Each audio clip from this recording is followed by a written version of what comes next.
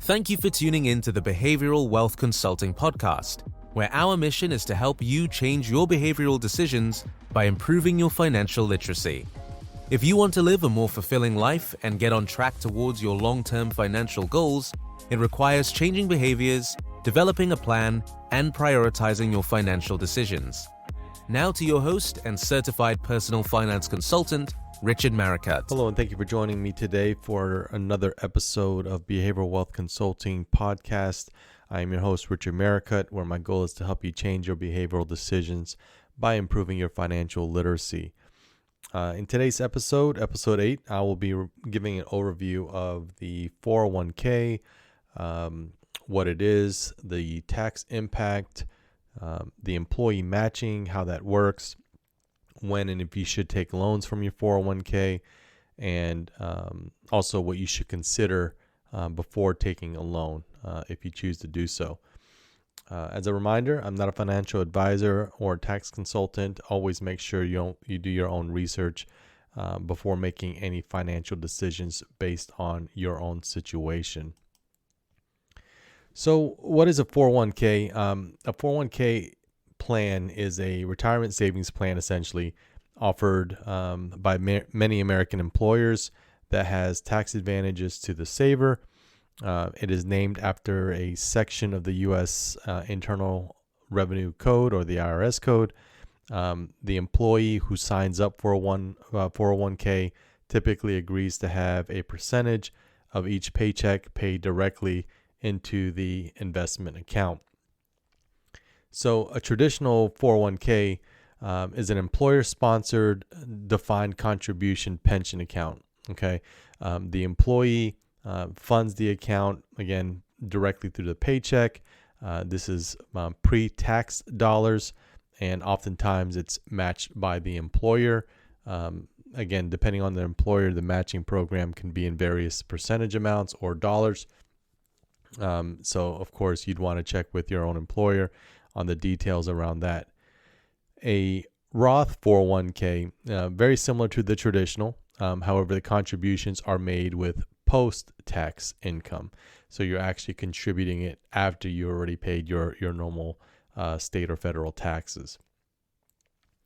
The 403b, this is a U.S. tax advantage retirement plan that's typically available for public education organizations, some nonprofit employers, hospital service organizations, and it has a tax treatment similar to the 401k. Again, so it's pre-tax dollars where you're typically making the contributions. There's also a 457. This is a type of non-qualified tax advantage deferred compensation retirement plan that is available for government and certain non-government employers in the U.S. The employee salary deferrals into a 401k or a 403b or 457 are usually, again, made before the income tax is paid, which allows you to grow tax deferred until the money is taxed as income when withdrawn from the plan. Again, typically at a retirement age, since 401k is a retirement type of investment account. Employees, so your contributions, employees are responsible for choosing specific investments within their 401k accounts from the selection that their employers offer. So if you work for, what I would say a traditional 9-to-5 type of company where your company offers 401k, typically your employer will have some predefined or preset options for you. And those options typically include an assortment of stock and bond mutual funds, as well as some target date funds that hold a mixture of, again, stock and bonds that are appropriate in terms of risk when the person expects to retire. So typically when you set up a 401k, you're asked a series of questions, and that helps kind of to formulate the most appropriate investment mixture option for you. The maximum amount that employee or employer can contribute to a 401k plan is adjusted periodically to account for inflation As of this year, 2021, the basic limit on employee contributions are at $19,500 per year for workers under 50, and up to $26,000 for those that are 50 and up. So, one way to get a better understanding of your 401k, if you're currently contributing to an employer 401k, but not really sure what you're actually investing in, start by printing out your last month's statement through your broker. Most company brokers are through companies like Fidelity, Vanguard, TD Ameritrade. And honestly, if you're not really sure, check with your employer's human resource department. Typically, they will have information that will direct you to their broker of choice. Once you've had your statement, you should begin by reviewing the makeup of your portfolio by understanding which funds you're currently investing in. As you're reviewing your statement, you'll probably notice some columns described as ticker or ticker symbol, description, category. You might see something that reflects the yield or income dividend, expense ratio, and performance. So just and depending on your broker, the format might be a little bit different, but just to go over some of the columns that you may see. So the first one is ticker. Ticker is a unique 1 to 5 letter code that's used by the stock exchanges to identify a company. So for example, Apple would be listed as AAPL, right? So again, depending on your broker, they may have broker specific type of options because they manage them. Description is what the company investment type covers. So, in the description of your ticker or your fund, you'll see something like money market or bond, international. That gives you an idea of what that portfolio or that fund is actually invested in. Category, this helps you understand the type of company that make up your fund. Again, typically with 401ks, they're more than likely not individual stock companies. They're typically mutual funds that have a mixture of companies embedded in them. So when you look at the category, that gives you an idea of what type of companies make up that particular fund. The yield or income dividend, this is how much you're making by just owning the shares. So depending on the fund that you're invested in, you may see that you get some type of either quarterly, annual, or semi-annual type of return. Depending on how much money you have invested in there, you'll be able to see the percentage, and you should be able to see in your statement also how much you've made so far just in dividends. The frequency, it'll show you how often your funds or your dividends are paying out.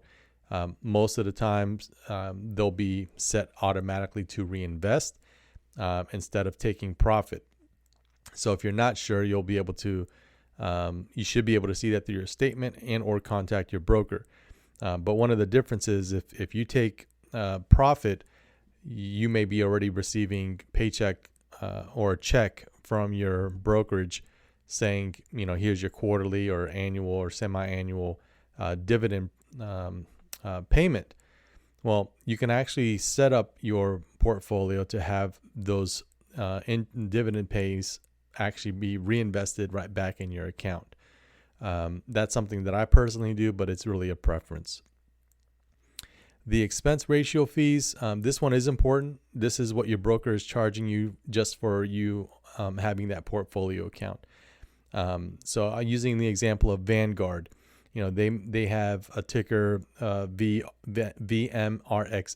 It's their Vanguard Cash Reserves Market Fund.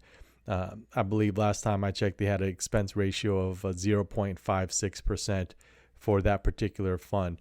So that means that is how much Vanguard is charging you by having that particular fund. And that's because they're responsible for managing that fund. So they're responsible for making sure that it's performing at its most optimal level for you as the investor without having to do much work. And then the last one is performance. This one's a big one. This is, so you can take a view to understand your year-to-date performance on that particular fund, along with sometimes a statement will show a 1 to 10 year performance depending on the tenure of that specific fund. You should be able to see what the annual return rate has been for that particular fund over the last few years and or since its inception. That could be a deciding factor on whether or not you choose to move your funds or your money around within your 401k.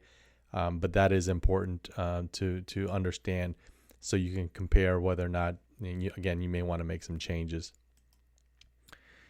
With employer matching, employers who match their employee contributions use different formulas to calculate that match.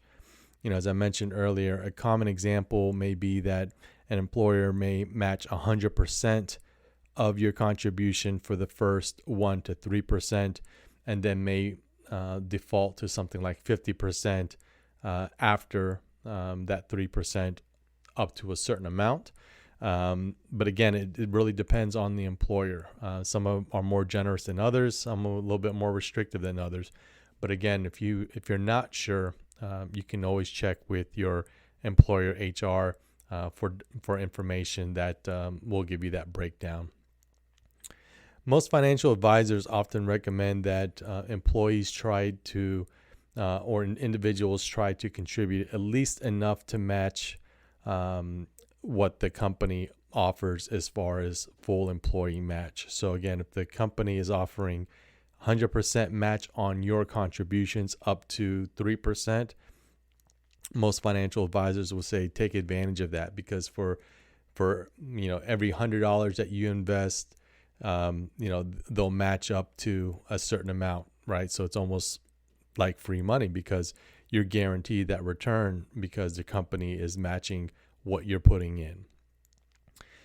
Some employers also offer Roth 401ks in addition to the traditional 401k. And so this can be, again, something that you have to choose or may have a preference, and it's important that you understand the difference of the two before you select. But this adds a mixture of taxed or tax-free withdrawals at a retirement age. And typically when a company offers both traditional and 401k, they don't offer a full match on each individually. So for example, if they offer a 3% match and you decide to have both a traditional and Roth 401k, most employers won't give you up to the 3% on both. It typically has to be divided. Okay, so just keep that in mind. But again, always check with your employer to make sure that that's the fact. When taking withdrawals, so if you've accumulated, a good amount of money in your 401k, maybe you're more familiar with your balance, some things to keep in mind before you take a withdrawal or take a loan from your 401k. Remember that once your money is in a 401k, it may be hard to withdraw without penalty, especially if you're not at the retirement age.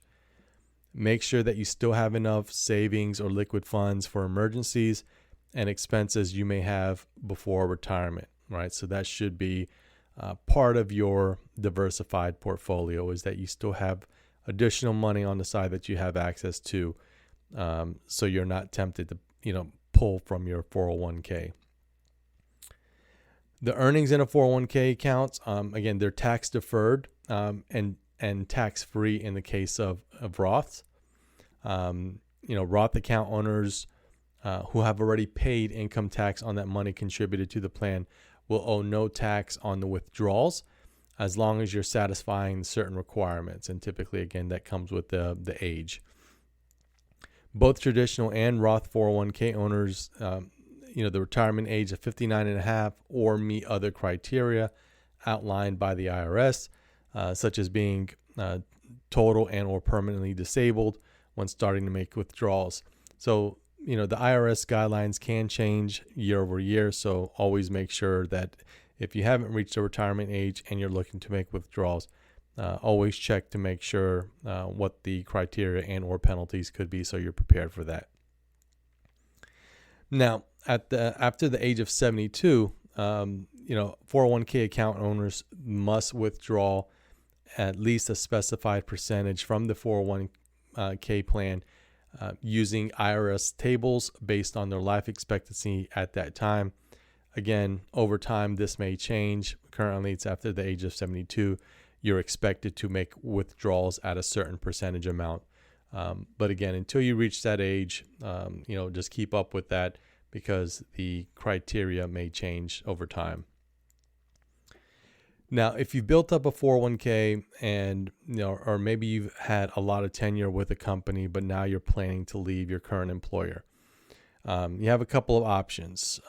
First option is that you roll it over to a IRA account outside of your company's portfolio, right? By moving the money into an IRA or an individual retirement account, you can avoid immediate taxes and maintain the account's tax advantage status. You may also have a wider range of investment choices in an IRA than with your employer's plan. Again, I mentioned earlier that typically through a employer-sponsored 401k, you have preset limits of the type of funds you can select because also your employer has a vested interest in making sure that the money that they're contributing is also growing also, right? So whenever you move to your own IRA account, you now have more ability to control the type of funds that you want that may be completely different than what you previously had. Funds withdrawn from your 401k, they must be rolled over to another retirement account within 60 days to avoid taxes or penalties. And again, over time, that time frame may change, but the reason for that is because if you don't roll it over, then it's assumed that you're probably taking it as profit, and that's where the taxes and penalties will come into the mix. The second option is to leave it with your old employer. In many cases, an employer may or will permit a departing employee to keep a 401k account with the broker indefinitely, although the employee can't make any further contributions to it. But this is typically with accounts that have a value of at least $5,000 or more. Again, always check with your employer and your employer-sponsored brokerage, but sometimes they'll allow you to keep it with that brokerage even though you're leaving the employer. But of course, because 401ks are contributed through paycheck contributions, you basically won't be able to add any more to that. And then the third option is move it to a new employer. So if you're moving from one company to a new company, some companies allow a new employee to move an old 401k into their own plan.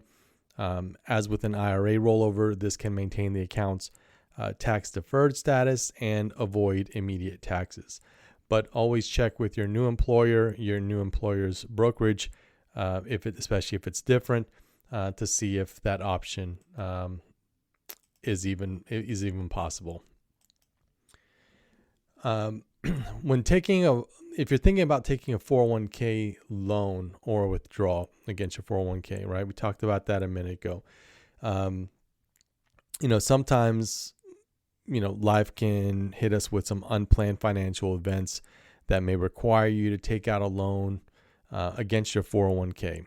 Some of these hardships may include things like large medical expenses, high deductible plans. Maybe you're wanting to start a new business or have a great investment opportunity. Maybe you just have a hard financial situation. Maybe you lost your job and you need access to quick money, which could have an impact on your mortgage or rent where you need to make payments, right? Or another reason why most people take loans from your 401k is a down payment on a new home. And one of the reasons why this is often enticing is because getting a loan against your 401k doesn't impact your credit score because you're not going through a bank. And so that typically is one of the main reasons people look to withdraw from their 401k as opposed to going to a bank and taking a loan that way. Some things to consider before, if you've exhausted all these options and you have to result in getting money from your 401k, if you leave your employer with an active loan, you will be required to repay that full amount within 60 days, or will be counted as earned income for the year, which we will have to pay federal and state taxes in addition to up to 10% in penalty fees. Okay, so keep that in mind. If you leave the employer might require that you pay the loan amount back, or else you now get hit with penalty fees and state and federal taxes in that year. There can also be some negative impact on your investment performance, as your loan amount now gets pulled from the market, losing interest and dividends. And what this means is that, now that you've taken money, you're no longer, whenever you're making payments back, it's typically coming back into repaying the loan instead of growing your 401k investment portfolio. Okay, so keep that in mind. If the math works for you and you still want to go that route, as long as you educate yourself on the impact, just use that to make your decision. Some brokers do not allow additional contributions until the loan is paid off. Also, if your contributions is equal or less than your repayment amounts, you may miss out on opportunities to purchase new shares. So again, what that means is once you take a loan out and now you're making or having withdrawals from your paycheck go to your 401k, depending on how much you're contributing, you may only be repaying back your loan. So depending on the length of your loan, your contributions are not really contributions to grow your 401k. They might be mainly going to just paying back your loan. And so for that period that you have your loan amount, you're not really growing your 401k through the means of adding more shares, because you're, again, paying back the loan. And the last thing to consider is taxes. You're paying the loan with post-tax dollars. And then again at retirement, when you start taking the distribution from your 401k, right? Because again, contributions to 401k is pre-tax dollars that are meant for you to pay taxes when you take retirement out. So if you take a loan from your 401k and now you're paying back that loan, you're already paying back that loan after being taxed. Now, when you get your 401k withdrawals at retirement age, you're now paying taxes again on top of that. So again, depending on your age and financial circumstance by the time you retire, it may not make a difference, but again, always things to consider. One of the things I always say is make sure the math works for you. All right, so that's it for today's podcast. If you enjoyed today's session, I'd appreciate giving me a positive rating on whatever podcast platform you may be listening on. It helps me get my message out to more users to help improve their financial literacy. And if you need one-on-one assistance with understanding your own personal 401k statement and or have more information about our services, please visit behavioralwealthconsulting.com. Also, if you'd like to hear about a specific topic on future episodes, email me at behavioralwealthconsulting@gmail.com. Thank you. Thanks for listening to the Behavioral Wealth Consulting podcast. For more information on how we can help you design an effective financial strategy through behavioral changes, visit us at behavioralwealthconsulting.com.